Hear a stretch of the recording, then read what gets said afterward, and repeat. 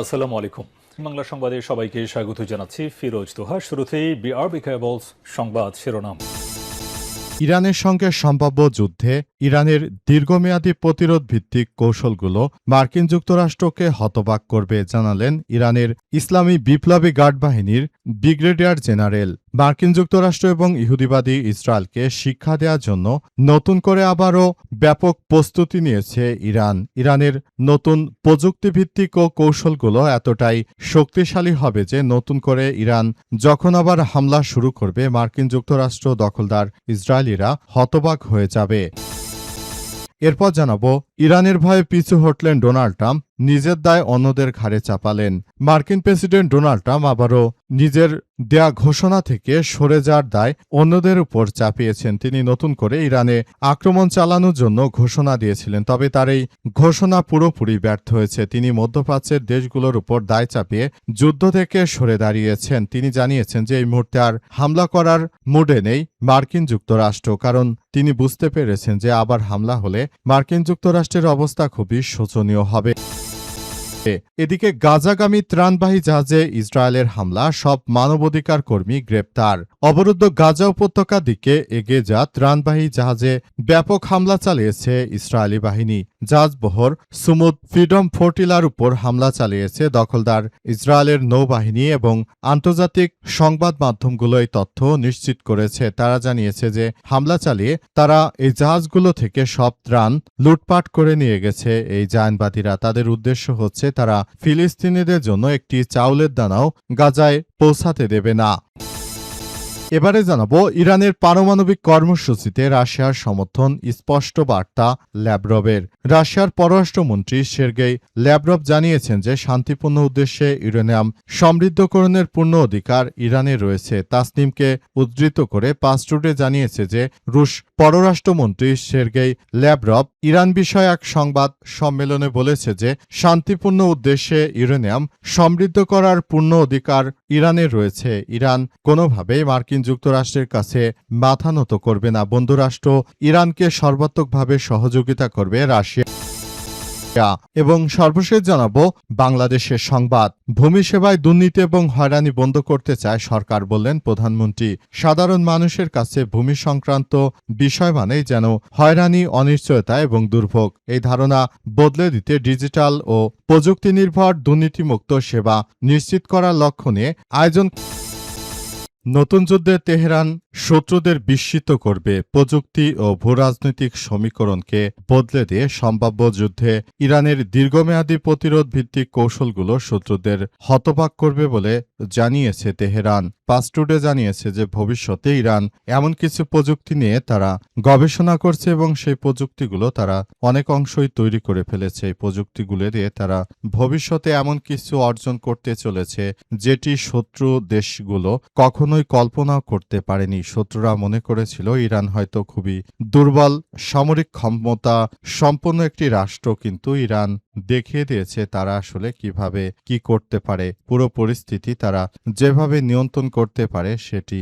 সবার জন্য অনেক বড় ধরনের একটি মাথা ব্যথার কারণ হয়ে দাঁড়িয়েছে। মধ্যপ্রাচ্যে মার্কিন যুক্তরাষ্ট্র দখলদারেরা তারা শুরু থেকে ইরানের বিরুদ্ধে যে সন্ত্রাসী কার্যক্রমগুলো চালিয়েছে সেটি পৃথিবীর ইতিহাসে এক ভয়াবহ ও বিপর্যয়কর পরিস্থিতি সৃষ্টি করেছে। পুরো মধ্যপ্রাচ্য জুড়ে মার্কিন যুক্তরাষ্ট্র এবং দখলদারেরা তারা মনে করেছিল যে ইরানের বিরুদ্ধে হয়তো হামলা চালালে ইরান কিছুই করতে পারবে না, কিন্তু প্রকৃতপক্ষে ইরান এমনভাবে প্রতিহত করেছে মার্কিন যুক্তরাষ্ট্রকে, যুক্তরাষ্ট্রের সীমা থেকে অনেক দূরে চলে গেছে। তারা এমনভাবে যুক্তরাষ্ট্রকে ধসিয়ে দিয়েছে মার্কিন যুক্তরাষ্ট্র আসলে কল্পনা করতে পারেনি। আর এই যুদ্ধবিরতি হয়ে গেলে মার্কিন যুক্তরাষ্ট্রের বিরুদ্ধে আবার নতুন করে বড় ধরনের প্রস্তুতি নিয়েছে ইরানের ইসলামী বিপ্লবী গার্ড বাহিনীর সদস্যরা। এই প্রস্তুতিগুলো এতটাই ভালো অবস্থানে রয়েছে যে মার্কিন যুক্তরাষ্ট্রকে ধসিয়ে দেওয়ার জন্য ইরান একাই যথেষ্ট। পিছু হটলেন ডোনাল্ড ট্রাম্প, দায় অন্যদের ঘাড়ে চাপালেন। মার্কিন যুক্তরাষ্ট্রের প্রেসিডেন্ট দখলদার ডোনাল্ড ট্রাম্প তিনি মনে করেছেন যে তিনি হয়তো এই যুদ্ধ শুরু করে ইরানকে ধসিয়ে দেবেন, কিন্তু প্রকৃতপক্ষে বাস্তবতা অনেক কঠিন ছিল। কোনোভাবেই তিনি আসলে আর সামনে আসতে পারেনি। মার্কিন যুক্তরাষ্ট্রের প্রেসিডেন্ট ডোনাল্ড ট্রাম্প শুরু থেকে তিনি যে ধরনের কার্যক্রমগুলো চালিয়েছেন এটি সবার জন্য বড় ধরনের একটি সমস্যার সৃষ্টি করেছে।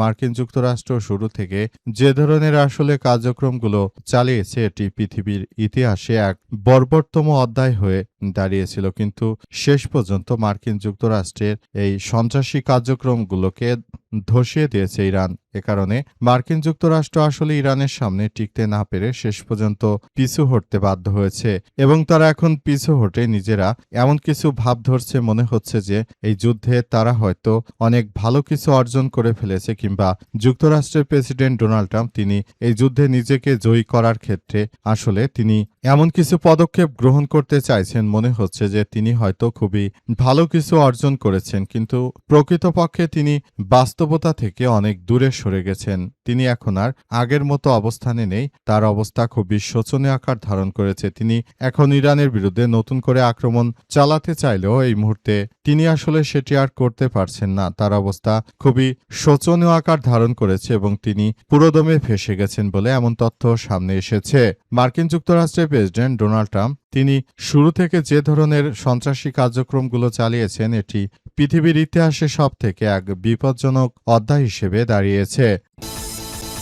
গাজাগামী ত্রাণবাহী জাহাজে ইসরায়েলি হামলা, সব মানবাধিকার কর্মী গ্রেপ্তার। পাস্টুডে জানিয়েছে যে অবরুদ্ধ গাজা উপত্যকায় ত্রাণবাহী বিভিন্ন জাহাজগুলো আসছিল, যেগুলো সুমুদ ফোর্টিলা নামে পরিচিত। জাহাজগুলো দিয়ে সেখানে ত্রাণ সরবরাহ করা হচ্ছিল বলে এমন তথ্য জানা গেছে এবং এই ত্রাণ সরবরাহ করার ক্ষেত্রে এই দখলদার জায়নবাদীরা তারা বাধা দিতে শুরু করে। তারা বাধা দিয়ে মূলত এমন কিছু কার্যক্রম চালিয়েছে যে মনে হচ্ছে তারা সারা বিশ্ব জুড়ে আবারও নতুন করে ত্রাসের রাজত্ব কায়েম করতে চায়। যেমন বাংলাদেশের পার্শ্ববর্তী রাষ্ট্র ভারতের হিন্দুত্ববাদীরা তারা কিন্তু সবসময় বাংলাদেশের বিরুদ্ধে সন্ত্রাসী কার্যক্রম চালিয়ে যাচ্ছে, তেমনিভাবে গাজায়ও এই দখলদার ইসরায়েলি বাহিনীরা তারা মূলত এই সন্ত্রাসী কার্যক্রমগুলো চালিয়ে মূলত মুসলিমদেরকে হত্যা করার মধ্য দিয়ে তারা গাজায় নির্বিচারে গণহত্যার পাশাপাশি গাজার মানুষজন যাতে করে খেয়ে পড়ে বেঁচে থাকতে না পারে সেজন্য ত্রাণের